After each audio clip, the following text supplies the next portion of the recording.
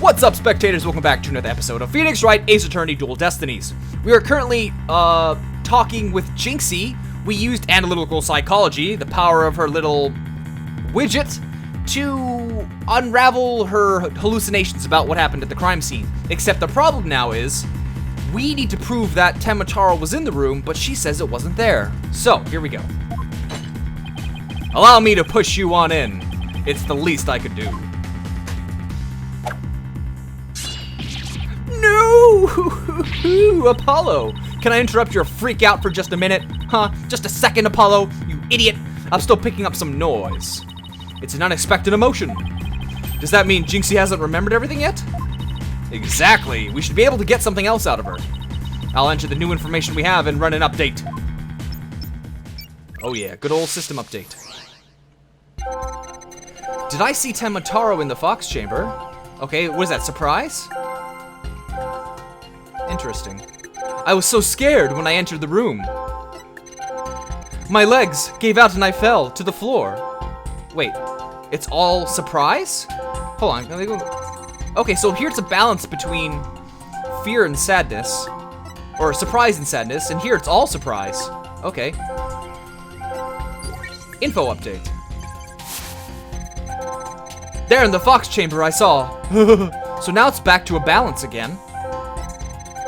The alderman dead on the table, and Papa collapsed in a chair. Info update. Nobody else was there, and that includes Temataro. Okay, so we definitely, the most suspicious statement is the one that has just surprise. Wait, what am I supposed to do? Try to find the emotions that contradict your statements. So if I find a contradictory emotion, I should point it out? That's right, but it's not just the contradictory emotions you should look out for. You should also keep an eye out for sudden changes in an emotion's intensity. Her emotions might get stronger or weaker as you move from the statement to statement. It's important to compare how the same emotion changes throughout the testimony. Contradictory emotions and changes in intensity. Okay, I'll give it a shot. We obviously know which one it is. It's, this one. So, what do we, pinpoint? This one. Got it! This seems like an unnatural reaction. Really? Because I don't see it that way. Uh-oh, did I get it wrong? So it isn't unexpected given her testimony? Hello, is there anybody in there? Just nod if you can hear me. Yes, there is someone at home, and that someone is going to try that again. What am I missing here? Huh. I was so scared when I entered the room. My legs gave out and I fell to the floor. What am I missing? Oh, wait. Okay, maybe I was on the right track before, except, I just picked the wrong one.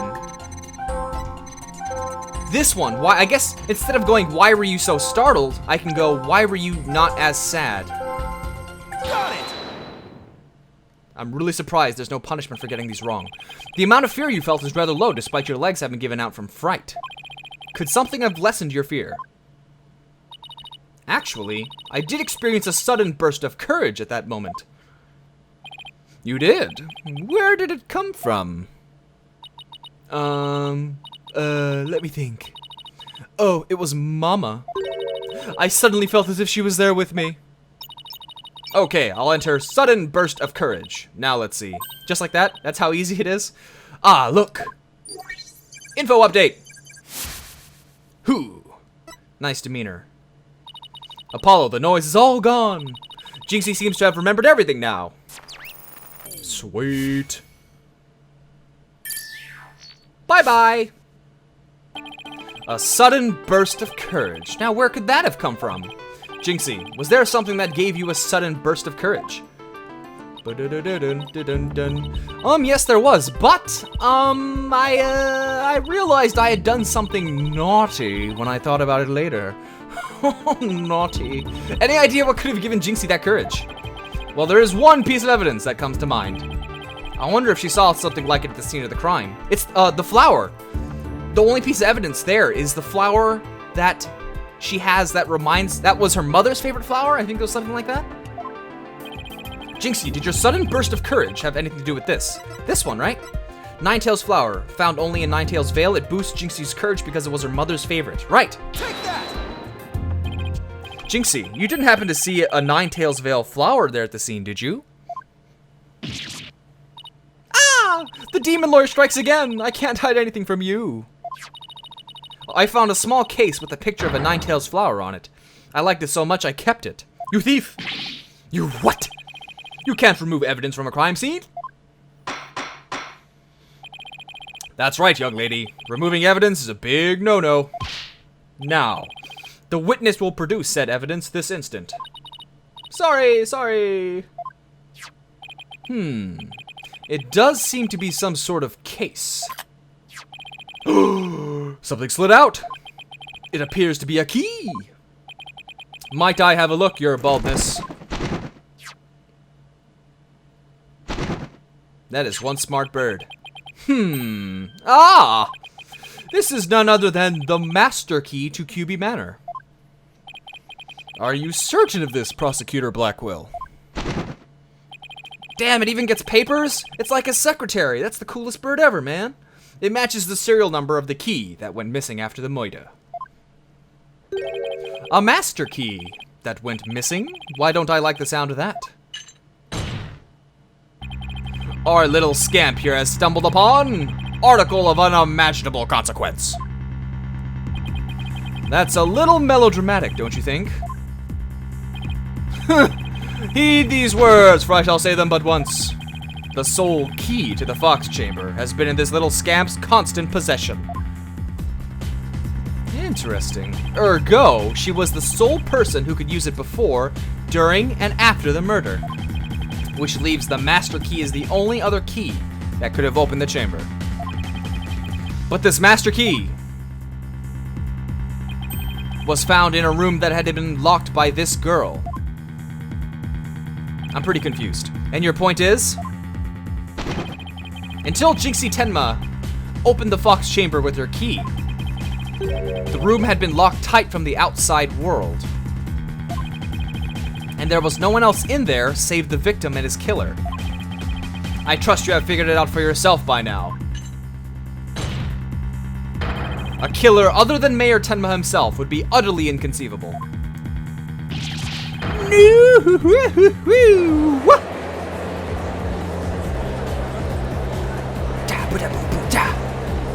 Objection! Ooh. How could this happen? The defense's assistant will refrain from growling her frustrations. Athena, are you okay? I know Mayor Tenma's innocent, but there's nothing we can do. This sucks!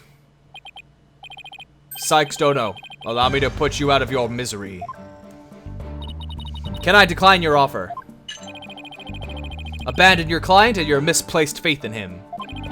Let the relief of a clear head and a clean conscience come rushing in. That will make the inevitable guilty verdict far easier to accept. Great, now he's playing Simon Says with us. Well, he's not going to fool us with his stupid mind games. Athena, don't fall for his tricks. Now I'm the one who's dazed and confused. I can't even think straight. Hey, you okay?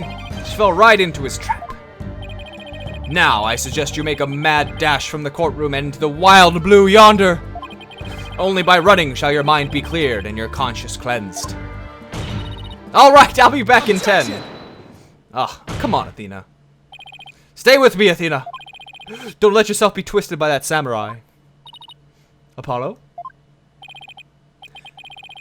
Mr. Justice, I heard the word objection, but what is it that you object to? Huh? Oh, right. That objection was more of a reflex than anything else. Though I was hoping something would come to me while I was trying to stop Athena. The court is waiting, Mr. Justice, though as it stands now, I'll be forced to declare your client guilty and your legal skills suspect if this is it. Now, do you have anything that could overturn this prosecution's case? Well, actually I do. I'm Apollo Justice, and I'm fine. I'm damn fine. Apollo, you do have something more than your cords of steel, don't you? Not really, but we'll be fine. But I've got absolutely nothing. But that's never stopped me before. I have to explain how the real killer could have escaped that locked room. Because it's all over if I don't. Apollo, this calls for a new approach. Try to think outside the box. Or in this case, inside the box. And what a doozy that locked room is too. Well, Mr. Justice, do you have anything that can counter the prosecution's argument? You bet I do. The real killer must have escaped from the locked room one way or another. Vague conjecture shall only earn you a taste of my blade, Justice Dono. Time to do or die, literally. What are they gonna make me do? What are they gonna make me do? The defense will now explain how it would be possible to escape the locked room. You sure about this, Apollo? Can you really explain what happened? I'm fine. We just need to think this whole escaping a locked room thing over from the beginning. So, let's see. If the killer had escaped, how could they have done so? The choices are pretty limited. The room has a window, but it doesn't open wide enough for anyone to get through, and there's a sheer cliff outside. As for the air vent, it's up too high, and there's nothing you could stand on to reach it. It's too small anyways. And needless to say, the forbidden chamber wouldn't open no matter what we did, so that's out. Yeah, that's why we gotta keep the solution simple. Like they say, simple is best. Interesting. We need to rule out all the absolutely impossible escape routes. Then whatever's left just might lead us to how the Fox chamber was compromised. Your Honor, the defense proposes that the killer escaped through here. Alright, this is gonna be... okay. So, forbidden chamber is excluded because the door can't be opened to begin with. The window is excluded because it's too small for a person to escape. The air duct is far too high and too small. Even though the air duct is the closest I can think of so far. But if they've already shown us that we've excluded the air duct, window, and forbidden chamber, which only leaves the front door.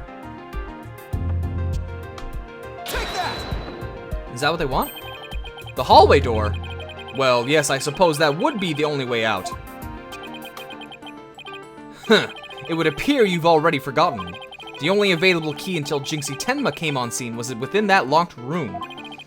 How would one exit the Fox chamber and then lock it without a key?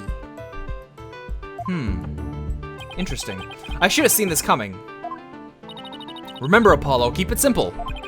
Simple, right. I could understand if the killer had exited the room with the key, but... well, Mr. Justice, the prosecution has some fine Japanese steel waiting unless you explain yourself quickly. I'm fine. I can explain myself. The reason the Fox Chamber's hallway door was locked was because... oh, I love this. We have a 33.33 chance of getting this correct.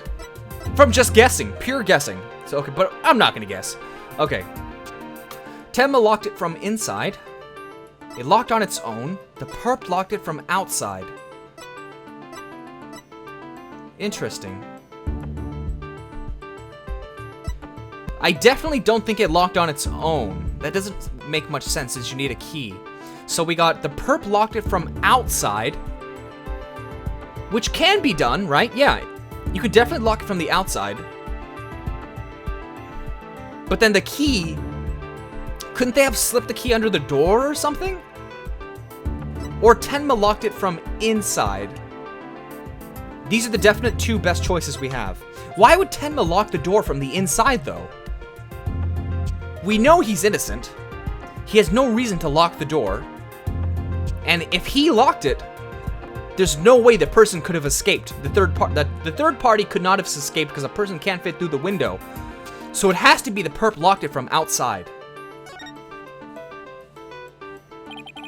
What if the room was locked from the outside? In other words, the killer took the key through the hallway door, then locked it. Ouch! Consider this. The master key was found inside the tightly locked fox chamber. Any assertion that the key was removed from the room is a blatant contradiction of fact. Exiting the room before locking the door would require taking the key outside. But the key was found inside the room, which does seem like a contradiction.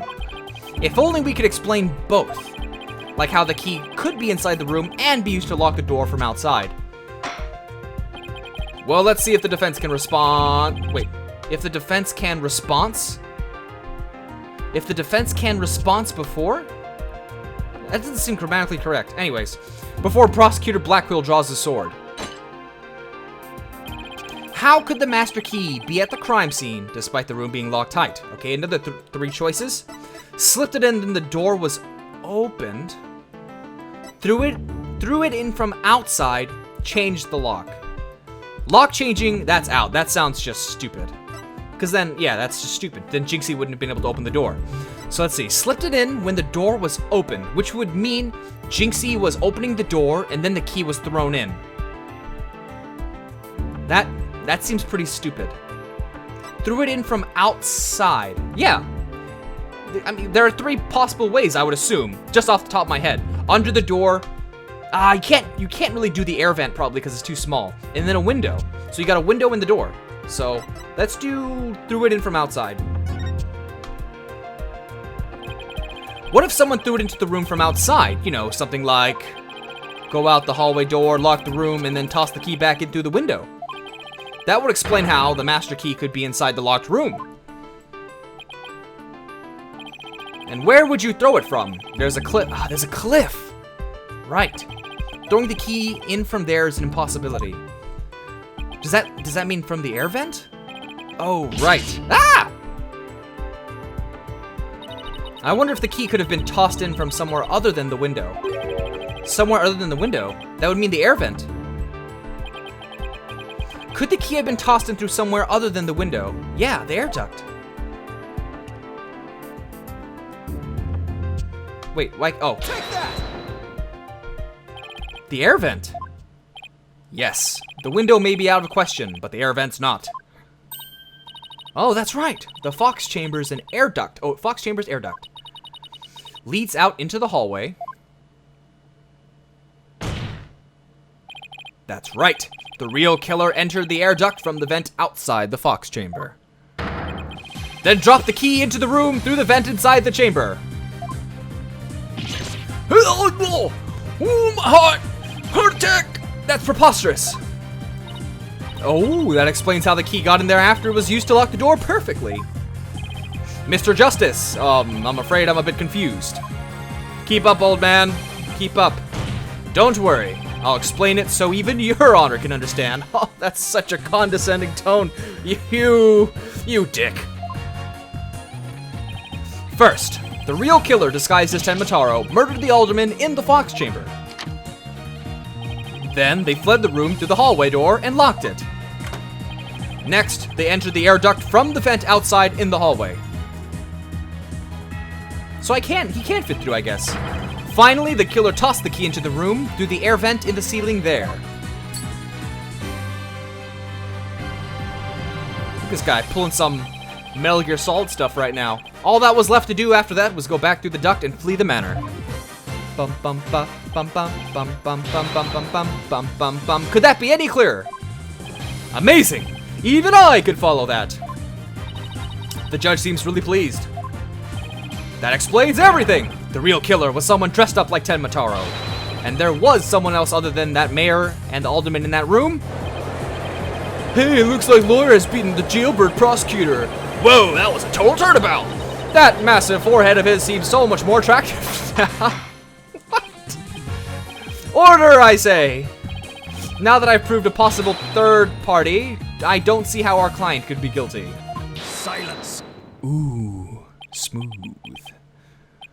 A valiant effort, Justice Dono, but your final thrust missed its mark. Huh? Both that little scamp and the tricksy Tanuki saw the yokai after it left the room. But then what? Did that irksome yokai simply go through the foyer and waltz right out the front door? That's exactly what happened. The killer fled from the woo! But that is impossible without being spotted by the foyer security camera, that is. Interesting. The electric eye here would have captured any pesky little yokai trying to escape. However, there is no sign of Tenmataro anywhere in the security footage. What? Save for the foyer entrance, there is no other way to flee the manor, is there? Interesting. Well, it's been almost 21 minutes, so I'm gonna end this video here. So stay tuned. What is it, tomorrow or next Monday? I don't remember what day it is. Stay tuned for the next episode, and thanks for watching. Bye! Where'd he go? Oh.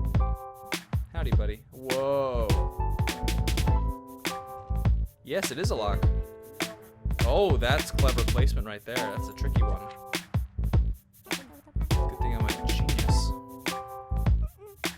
No, that's not it. You want me to use the key by dragging left. Did I just lock him in? That's what he gets.